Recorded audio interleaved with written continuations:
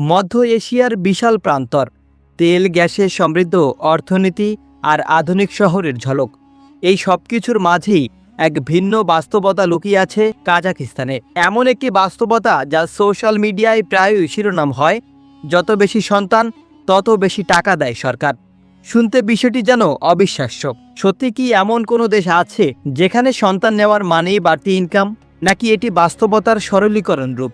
এই প্রশ্নের উত্তর খুঁজতে হলে আমাদের যেতে হবে কাজাকিস্তানের জনসংখ্যা, অর্থনীতি ও সামাজিক নীতির গভীরে।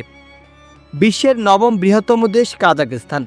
এর আয়তন প্রায় 2.7 মিলিয়ন বর্গ কিলোমিটার, অথচ এখানে বসবাস করে মাত্র 2 কোটি মানুষ। কাজাকিস্তানের আয়তনের তুলনায় জনসংখ্যা তুলনামূলক কম। বিশাল এই ভূখণ্ডের অনেক অংশ এখনও জনবসতিহীন। এমন অবস্থায় একটি বড় চ্যালেঞ্জ সামনে আসে। কম জনসংখ্যা মানে কম শ্রমশক্তি, কম উৎপাদন এবং দীর্ঘমেয়াদে অর্থনৈতিক ধীরগতি। বিশেষ করে শহরাঞ্চলে নতুন প্রজন্মের মধ্যে সন্তান নেওয়ার প্রবণতা কমছে। ক্যারিয়ার, উচ্চশিক্ষা, জীবনযাত্রার ব্যয় সব মিলিয়ে ছোট পরিবার এখন অনেকের পছন্দ। এই বাস্তবতা সরকারকে ভাবতে বাধ্য করেছে কিভাবে জন্মহার বাড়ানো যায়। বাচ্চা নিলেই যে সরকার টাকা দেয় এটা পুরোপুরি সত্য না। সরকার পরিবারকে সহায়তা করে, এটা সঠিক। কাজাকিস্তানে সরকার সরাসরি বাচ্চা নিলেই টাকা দেয় না, বরং তারা একটি সুসংগঠিত সামাজিক সুরক্ষা ব্যবস্থা চালু করেছে, যেখানে পরিবারগুলো বিভিন্ন ধাপে আর্থিক সহায়তা পায়। প্রথমত, প্রতিটি নবজাতকের জন্য এককালীন জন্মভাতা দেওয়া হয়। সন্তানের সংখ্যা যত বাড়ে এই ভাতার পরিমাণও বাড়ে। দ্বিতীয়ত, শিশুদের জন্য মাসিক ভাতা রয়েছে, যা সাধারণত শিশুদের জন্মের পর নির্দিষ্ট সময় পর্যন্ত দেওয়া হয়। তৃতীয়ত, বড় পরিবার, বিশেষ করে যাদের 4 বা তার বেশি সন্তান রয়েছে, তাদের জন্য অতিরিক্ত ভাতা ও সুবিধা রয়েছে। এছাড়া কর্মজীবী মায়েদের জন্য রয়েছে মাতৃত্বকালীন ছুটি ও আর্থিক সহায়তা। অর্থাৎ এটি কোনো সহজ ইনকাম স্কিম নয়, বরং পরিবারকে সহায়তা করার একটি দীর্ঘমেয়াদী পরিকল্পনা।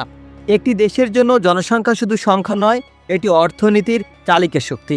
যখন জন্মহার কমে যায়, তখন ধীরে ধীরে কর্মক্ষম মানুষের সংখ্যা কমতে থাকে।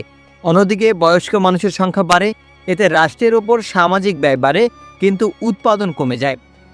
কাজাকিস্তান এই ঝুঁকিকে আগেভাগেই বুঝতে পেরেছে, তাই তারা এমন নীতি গ্রহণ করেছে যা মানুষকে পরিবার বড় করতে উৎসাহিত করে, কিন্তু সরাসরি নয়, বরং সহায়তার মাধ্যমে। এই নীতির কিছু স্পষ্ট সুবিধা রয়েছে। প্রথমত, এটি নতুন বাবা মায়ের জন্য আর্থিক স্বস্তি তৈরি করে। সন্তান জন্মের পর প্রথম কয়েক বছর সবচেয়ে ব্যয়বহুল।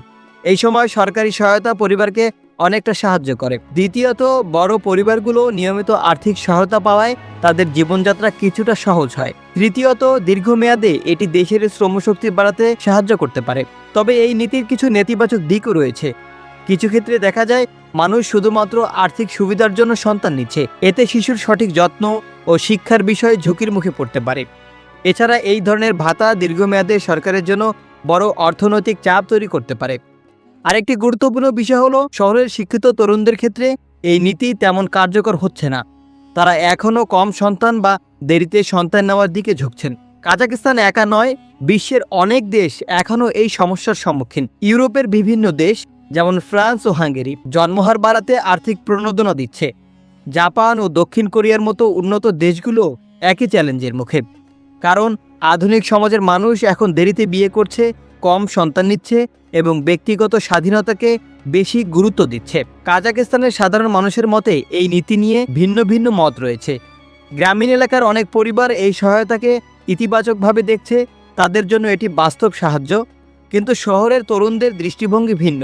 তারা মনে করে শুধু টাকা দিয়ে পরিবার গড়ার সিদ্ধান্ত নেওয়া যায় না। তাদের কাছে ক্যারিয়ার, শিক্ষা, জীবনযাত্রার মান এসব বিষয় বেশি গুরুত্বপূর্ণ। সব মিলিয়ে যত বেশি সন্তান তত বেশি টাকা, এই ধারণাটি পুরোপুরি ভুল নয়, আবার পুরো সত্যও নয়।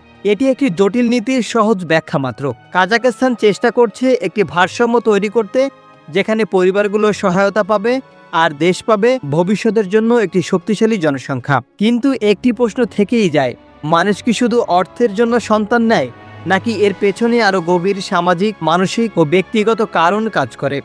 মতামত আপনি কমেন্টে জানাতে পারেন।